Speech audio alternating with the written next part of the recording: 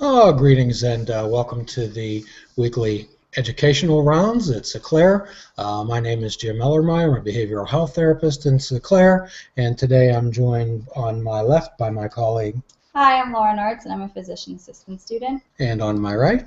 My name's Sasha. I'm a physician assistant here at Claire. And today we're reaching out to you through the ether of absolute sorcery, as I have no idea how all this takes place. And today what we're going to talk about is time. One of the things that we find here at Claire is most people come in and they talk about they don't have enough time. They talk about stress. They talk about anxiety.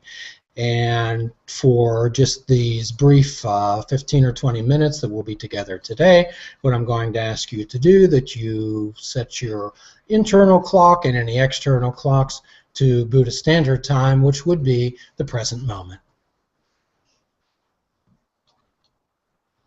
So, and what we'd like to talk about today is, again, Buddhist Standard Time and awakening to the infinite possibilities of now, which was written by a Buddhist Lama by the name of Surya Das.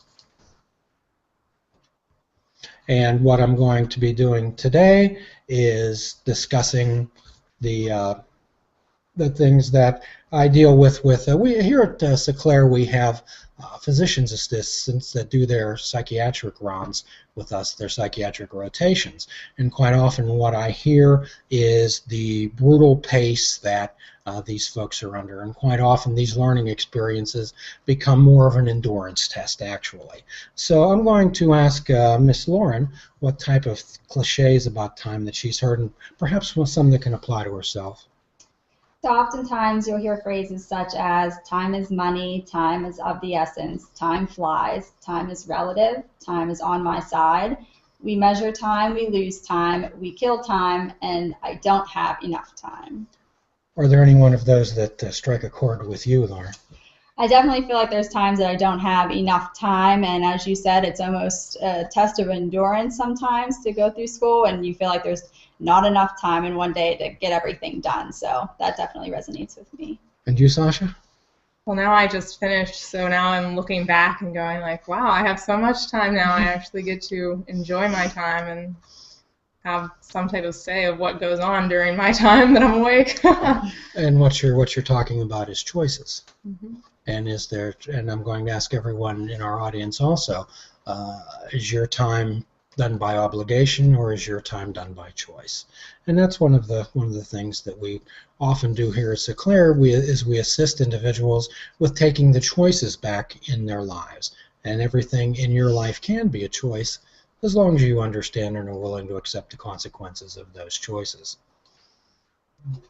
So, and would you address this, Sasha? Yeah, sure. So there are a million substances that people abuse, and we talk about them and deal with them here at Claire all the time. You know, we have listed, from cigarettes to money and gambling to illicit drugs, alcohol, all things like that. But the worst thing we really abuse and we don't ever really address is time. So what you use your time, is so valuable, and what you use your time as.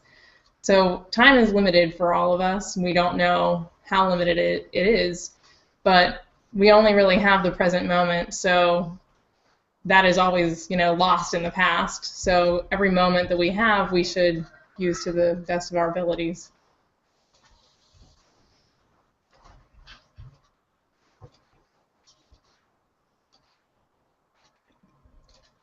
And quite often what disconnects people is all this magic of technology. And quite often technological advances and constant availability have blurred the lines between leisure and work. How many people out there are constantly available? How many people can't differentiate between the line between work and leisure, or is there any leisure?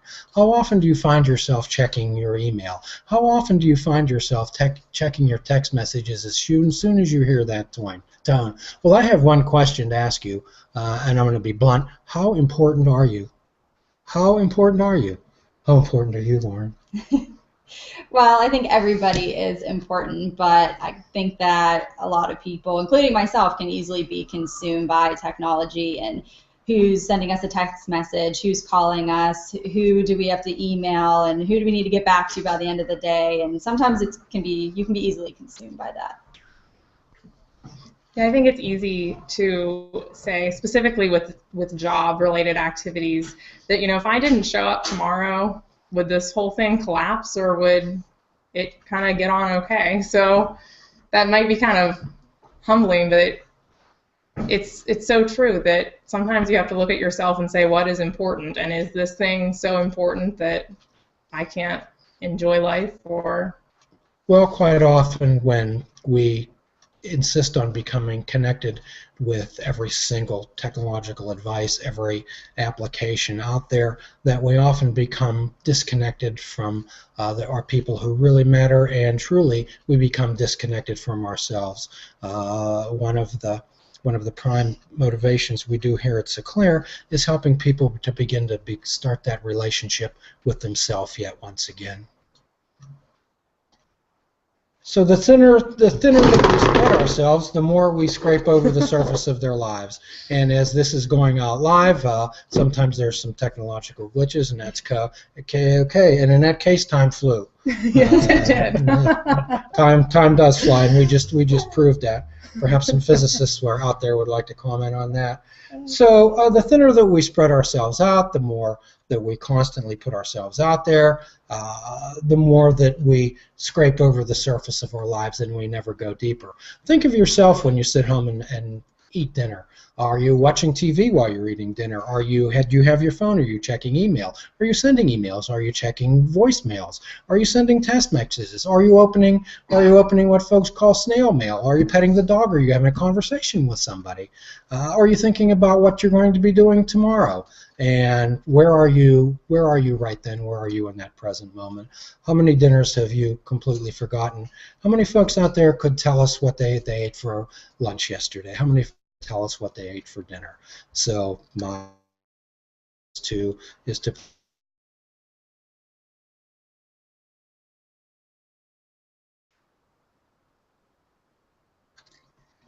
could you address that, Lauren? So being distracted is a major reason for feeling stressed and burned out.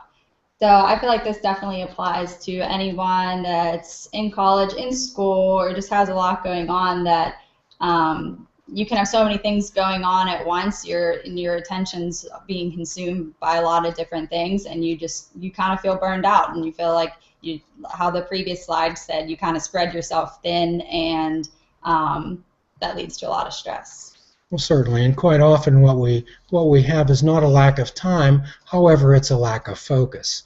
And here at one of the modalities that we use, dialectical behavioral therapy, one of the antitheses of multitasking is mindfulness. Maybe you could address that, the dialectical between mindfulness and multitasking. Sure, being efficient is a term we hear quite often in our society, and multitasking kind of comes along with that, but it isn't always a positive thing, especially for our minds. Our minds weren't made to multitask. So if we only have so much capacity that we're able to use, and we spread it so thin that we're doing a million things at once, then we just don't do each one of those things as well as we might if we just focused on that specifically. So we just basically suggest that you do everything mindfully and only one thing at a time, and really focus on doing that thing, whether it's watering the flowers or running a business meeting. Just doing that one thing and giving all your attention to it. Well, sure, and quite often let me ask you this out there. Ask yourself this question: how many things can you do well at once? And I'd like to sing this little song if I could, but I won't do it. I won't punish you like that. Mr. Rogers, perhaps you've heard of him. He was from Western Pennsylvania area, and he used to sing a little song in his show. It's called "I Like to Take My Time and Do Things Right." So right now what we're going to do is we're going to do a little mindful exercise out there dealing with time. So what I'd like you to do is imagine all the time that has existed before you appeared, before you hatched, or however you got here. and all the time that will exist after that moment into infinity. And there's this endless line of eternity, and there's this little speck on there. However, it's precious and it's special. It is only yours. I'm going to ask everyone out there to imagine what their favorite color would be at this moment. Their favorite color would be at this moment. And then what would be a symbol that would have some significance for you today? Be it a circle, triangle, square, emerald, ruby, sapphire, topaz, cross, baseball, whatever it is. And let's try to imagine that. Let's try to imagine the color and the shape. So let's call it a red triangle. And this triangle is not crayon color. Red, it's sparkling and it's vibrant and it's shimmering, it's alive and it's magnificent and it's flowing. And it's the most beautiful, exquisite object in the universe, and it only belongs to you. And this would be your time. What else are we born with but time? So imagine that you have a small bag of these precious irreplaceable objects on your hip. So every time that you do something in this world, every time that you perform some action, some thought, some behavior, that you're reaching in that pocket and you're using this time as currency when you spend it. And you are spending it. It's only yours to spend, and it's your choice on how to do it. And my suggestion to you would be to be careful and be mindful on how you spend it, as there are no refunds. Even if you have a receipt, it is not Walmart. You will not get a gift card in return. So the idea is to use that wise mind. How am I spending these valuable, irreplaceable, exquisite objects?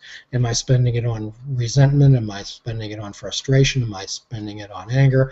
Am I spending it on stress? Am I spending it on pleasure when I would rather be spending it on joy? Ever thought about spending time as currency, Lauren? I can't say that I have, but you make a really good point. It really makes you think of how you're using your time, and when you kind of view it that way, would you be doing some of the things that you normally do every day, or would you change it and make some changes in your life to spend your time more wisely? Well, sure. And as far as time goes, and we talk about focus, when we often suggest mindfulness to people, an image of Buddhist monks in saffron and crimson robes comes up with bald heads sitting in a temple in Thailand going all day. However, in its simplest form, mindfulness is being present and aware of your current experience without being judgmental. Easy words to say. I could say them all day, which requires a little action and effort and some repetitive behavior. And my hope is that everyone out there attempt some mindfulness, and my hope is that you all become very frustrated in doing it. Okay, as if you come back next week and say, "Hey Jim, I'm getting really frustrated," I'll say that's wonderful, as it shows me that you have the willingness to try. And I hope that, and that is my wish for everyone today. So perhaps if we could wrap up.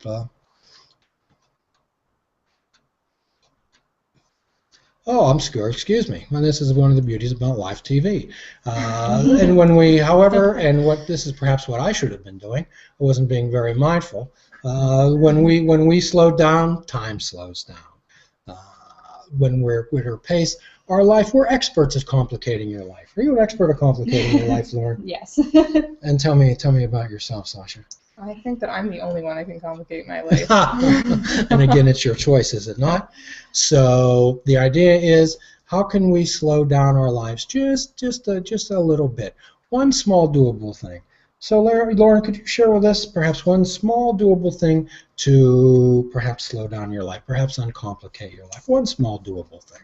I think when you feel like you're trying to do a lot of things at once, say you're studying or sending emails or doing work and checking your phone and doing a lot of things at one time, I feel that you can just kind of uncomplicate things by taking a step back, maybe going for a walk, leaving all the technology at home, and just kind of having some time to yourself every day.